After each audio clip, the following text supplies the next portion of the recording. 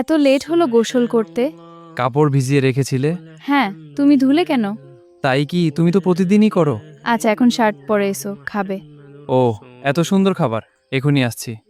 শোনো, আমি কি ঈদের দিন বিকালে আব্বুদের বাড়িতে যেতে পারি? পরের দিন গেলে হয় না?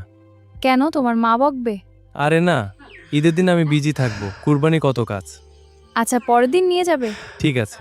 মা, বলছি ঈদের পর দিন শ্বশুর বাড়ি যাব। না, বাড়িতে অনেক কাজ থাকবে, যাওয়া যাবে না। ৫-৬ দিন পরে যাবি। আচ্ছা মা, দেখি। এই, এগুলো রুমে রেখে এসো, আমি রান্না দেখছি। মাকে একটা দিয়ে আসি। না, যাও, মা দেখার আগেই রেখে এসো। তুই রান্নাঘরে? বৌমা কই? একটু ওয়াশরুমে গেছে। কতবার যাওয়া লাগে? মা, তুমি ওর সাথে এমন করো কেন? আমি এসব বিরক্ত বোধ করি।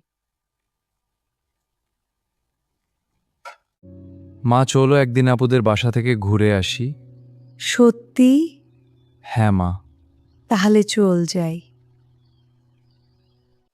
ঈদের আগে যাবে নাকি পরে? ঈদের পরেই চল, তাহলে মাংস নিয়ে যাব। আর অনেক বাজার করিস। আচ্ছা মা। এই, ঈদের পরে আপুদের বাড়িতে যাবে? আব্বুদের বাড়িতে নিয়ে যাবে না? যান, অবশ্যই নিয়ে যাব। তাহলে মাকে ওগুলো বললে কেন? একটা কাহিনী আছে। কি কাহিনী? এখন না, সময় হলে বুঝবে।